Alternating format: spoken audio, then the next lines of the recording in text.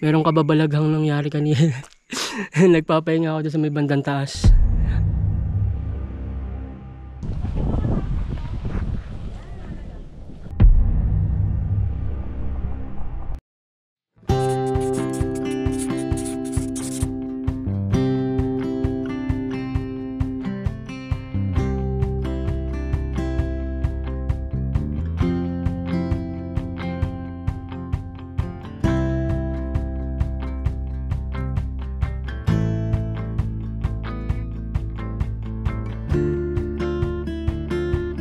Isa na namang magandang umaga.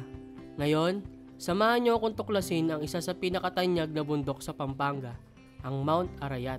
Pero hindi lang basta akyat ang gagawin natin, dahil quad peak ang ating pupuntiryahin. Tara, simulan natin ang ating paglalakbay. Bago tayo magsimula, kilalanin muna natin ng kaunti ang Mount Arayat. Isa itong natutulog na bulkan na may taas na 1,026 meters above sea level. Bukod sa pagiging sagrado para sa maraming taga-Pampanga, maraming alamat ang bumabalot sa bundok na ito. Kabilang na ang pagiging tirahan umano ni Apong Sinukuan, ang spirito ng bundok. Kaya dapat tayong mag-ingat at magpakita ng respeto habang umaakyat. JM 8 Michael 9 Christine 10 Jen 11 Yuri Si Kuya Bay, medyo late Julie Bay yan, in short for Bay. Tapos si RJ, then si Ma'am Kat. So start lang natin yung briefing.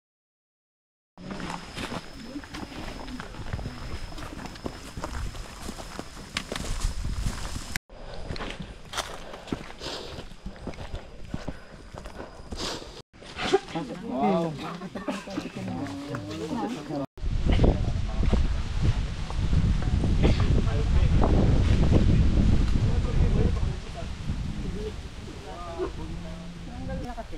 O rin eh. Gutom na.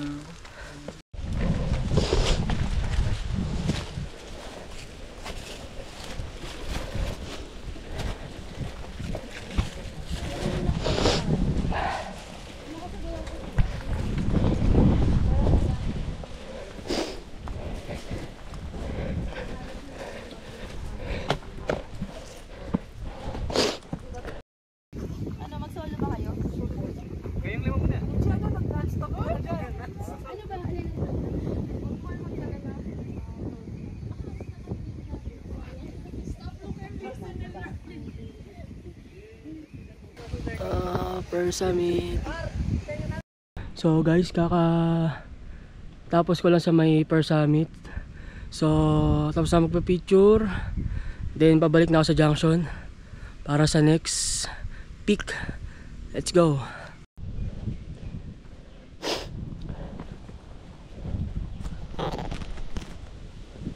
Look at the trail, guys. Let's do this. Arayat. So kakatapos ko lang sa first peak. So pabalik ako ng junction. Ayun. Dahil hindi pwede kami magsabay-sabay doon. At natapos ang picture saglit, diretso balik na. Palit na magpipicture. Para maliit lang kasi yung peak, yung first peak. Kaya dapat saglit lang yung picture namin. Pero guys, look at the trail. Ewan ko lang kung nakikita nyo to, pero ayun, grabe. Woo! So mamaya ulit. 33 na yun. Ay, 34 na. 34. Ikaw ang kailad mo.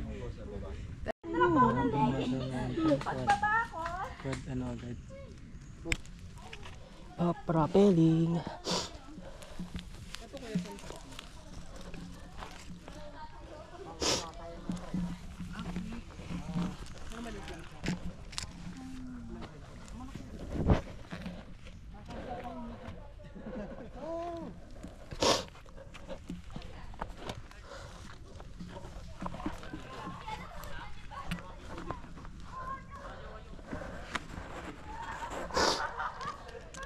Harap-harap.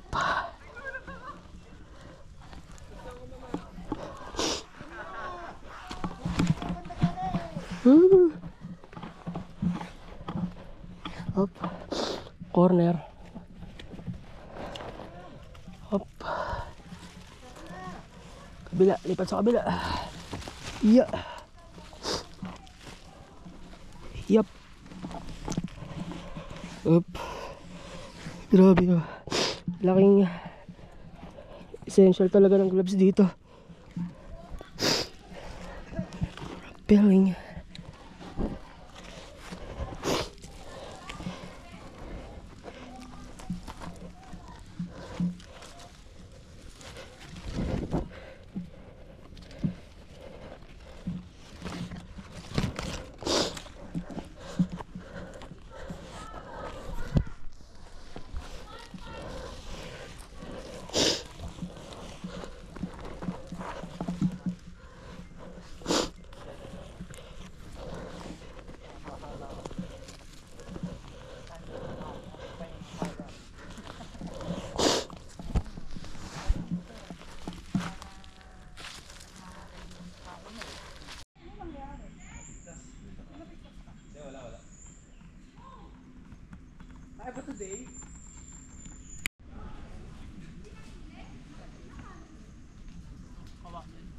Okay guys, ito yung inakit namin. Proceeding na kami ng second peak.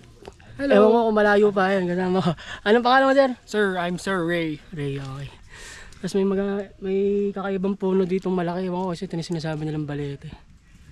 Tapos doon pa kami akit. Sa pahinga saglit. So 90 degrees Okay. yan mga sir. Okay. Si sir, mamaniin lang yan. Tignan nyo, mamaniin lang yan. Okay.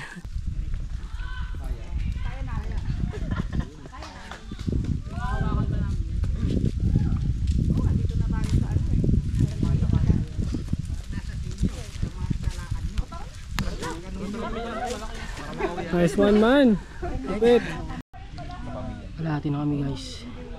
Kalahati na kami papuntang second peak. Grabe yung assault. Pahinga muna. Tapos diretso na kami. Anong oras na ba? Teka. Hindi ko alam eh. Grabe yung assault. Buti na lang nag-practice ako ng step. Hindi mo masyadong nahirapan sa ascent. Sipon lang nagpahirap sa akin. Nangisipon ako. Pero napaka peaceful dito guys. Ayun.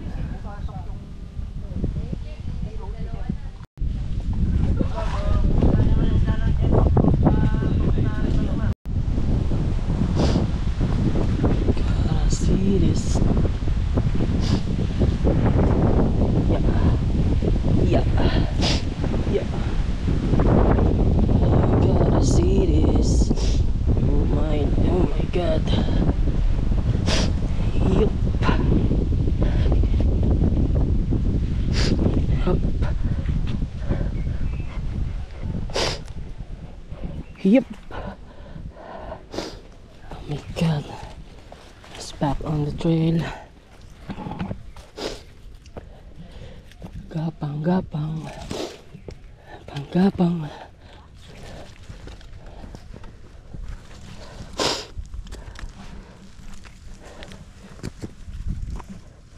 Yeah.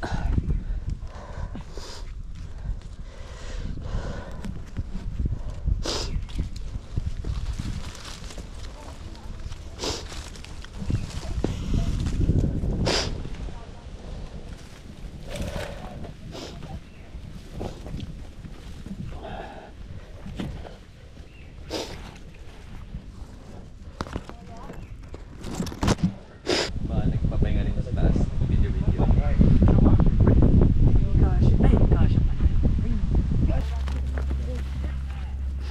Going na kaming second peak. Look at the view. May sign doon kuya? Diyan sa pinaka-peak niya, sa itaas. Ganda, puta na. 920 meters above sea level.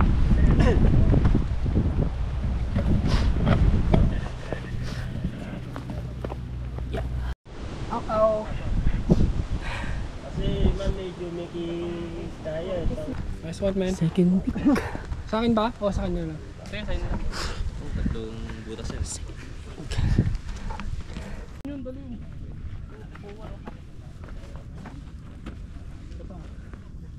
Isa. Di pwede kami na lang medic pagka napaano kayo. Hindi nga, ayoko nga nang injured ako. Marami pa akong ahon.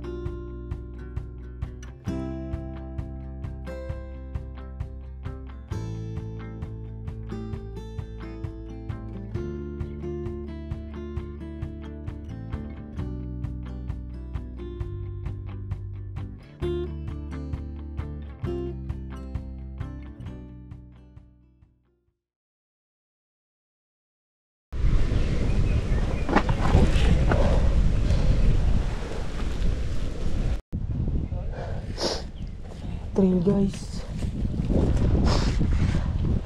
Rappelling. Only. Rappelling descent. Rappelling din mamaya. Descend. Wala pa kami dun sa 90 degrees.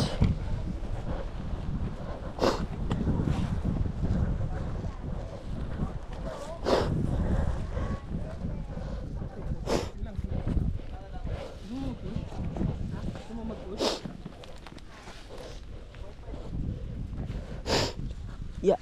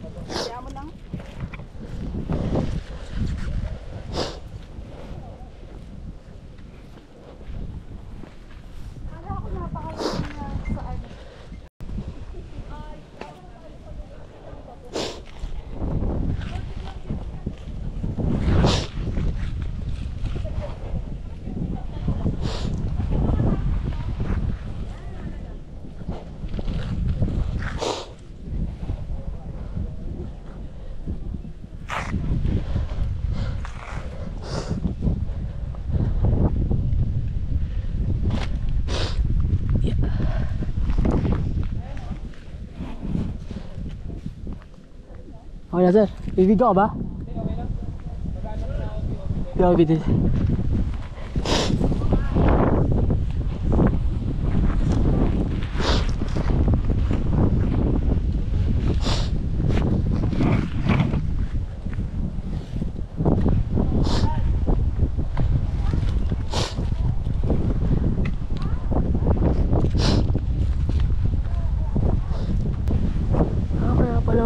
Saglit lang. Mukha lang siyang malayo pag nandun sa ano. Kaya pala 30 minutes lang to. Akala ko malalim tong bababaan. Tama. Saglit lang pala.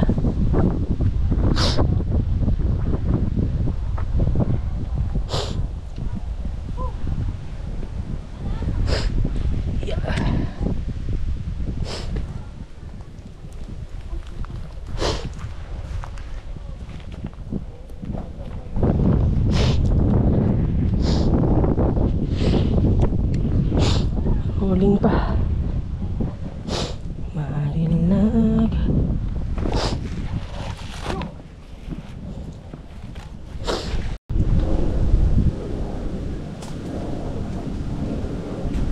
South Peak ni guys, South Peak. Yes. May coaching. O sige, doon na tayo sa photographer. Parang kanina yung kanilang nilubid.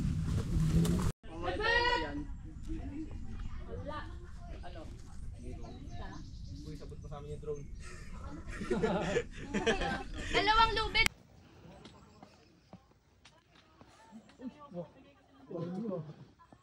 Maulan na tayo. Padahon din. Hindi na natin sila antayin. Konyo girl. Yay. Bato ko na.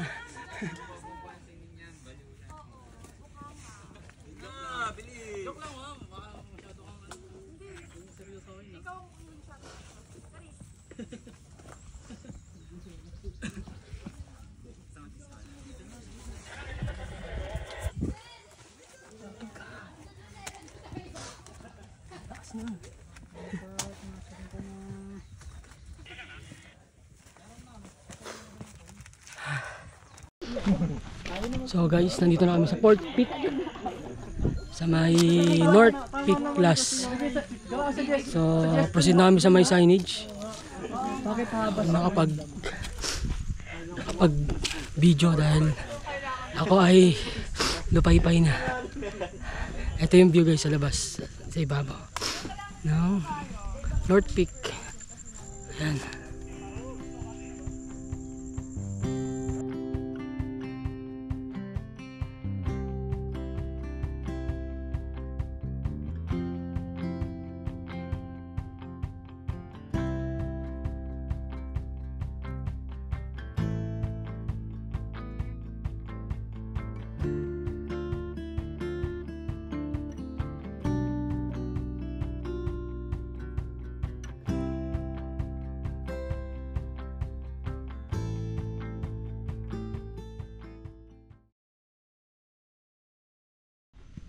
Proceed na kami guys sa signage ng North Peak. Grabe pagod, grabe rappelling. May mga sample video ako tsaka yung mga kasama ko nagpa-video ako ng rappelling kung gaano katindi. Ay, buti na lang na ready ko yung upper body ko. Hindi ako masyadong nahirapan lang ako nung dahil sa sobrang haba tarik ng trail.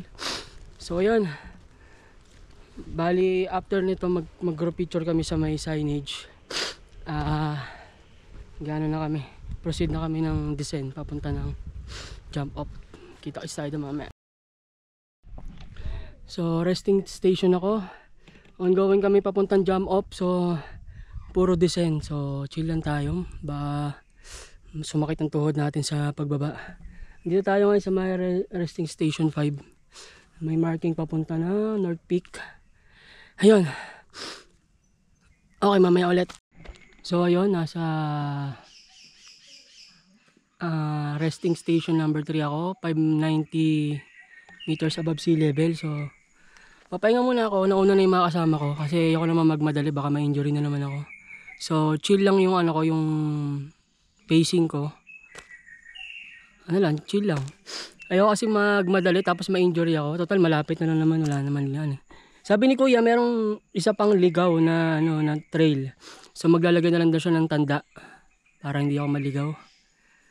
Kanina naman na-gets ko naman yung mga yung trail, may mga harang. So alam ko na yung Ang ganda ng lugar dito guys, ang laki ng bato. Oh yeah. So di ko alam kung aabot pa tong tubig ko, inunti-unti ko, nagsisip-sip lang ako. Yun, hindi na makapagantay makarating sa baba. At uminom ng malamig na soft drinks kahit may sipon ako. Kaya ko naman yung trail. Ang nagpahirap lang yung kasi may sipon ako ang hirap huminga. So nabibitin ako ng hinga, hinihingal ako kasi barado ilong ko. Tapos nawala pa yung ko, nawala pa inhaler ko. So ayun, nga pala guys, share ko lang. Merong kababalaghang nangyari kanina. Nagpapahinga ako doon sa may bandang taas. Alam nyo guys yung yung phenomenon na, di ko alam kung anong tawag doon Yung kahit walang hangin sa paligid. Tapos makikita ka merong nag-iisang halaman na siya lang yung gumagalaw. Ang sabi nila, pag ganun daw yung nakita na ganun, parang message na yun na umalis ka na doon sa lugar na yun. Baka ano pa mangyari sa yung something. So, nagmadali ako lumabas. Umalis doon sa part na yun. So, ayun. Kita-kits tayo mamaya pag medyo malapit na sa jump off. Pag nakabili na ako ng inaasam-asam ko na soft drinks. Peace out!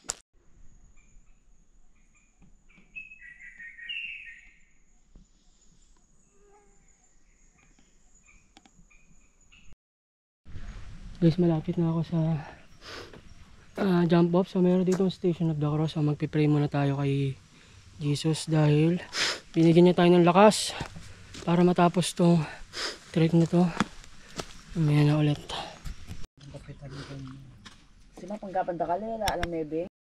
Wala masasabi kundi sulit ang pagod sa Quad Peak ng Mount Arayat. Isa ito sa mga pinaka-challenging pero rewarding na hike sa Luzon. At syempre, bilang mga hikers, huwag nating kalimutan ang Leave No Trace Principle. Lahat ng dinala natin ay dapat nating ibaba. At dyan nagtatapos ang ating epic na adventure sa Mount Arayat Quad Peak. Kung naghahanap kayo ng challenging na may kasamang breathtaking views at rich history, ito ang perfect na bundok para sa inyo. Maraming salamat sa pagsama sa biyahe natin ngayon. Hanggang sa susunod na adventure, lakbay at tuklas pa tayo.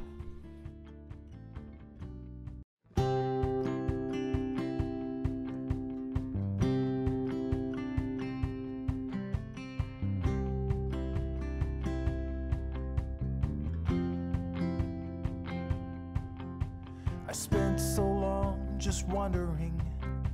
For years I was adrift, directionless and wayward, lost like a swallow on a cliff. But slowly I found purpose and my life became more clear. I found my destination, yeah, but now where do I go from here? 'Cause I'm already there, I'm already everywhere. I'm already there, I'm already everywhere. I've got a wife, 2 kids, and a picket fence. Everything was hazy, now it's making sense. Alright, I made it, so now what? I paid my dues in factories, I worked until I bled. The suffering made me stronger, so I pushed to get ahead. And now I'm perched above the factory floor, looking down at my friends below. In my comfy car I drive away, but there is nowhere left to go. 'Cause I'm already there, I'm already everywhere. I'm already there, I'm already everywhere. I've got a wife, 2 kids, and a picket fence. Everything was hazy, now it's making sense. Alright, I made it, so now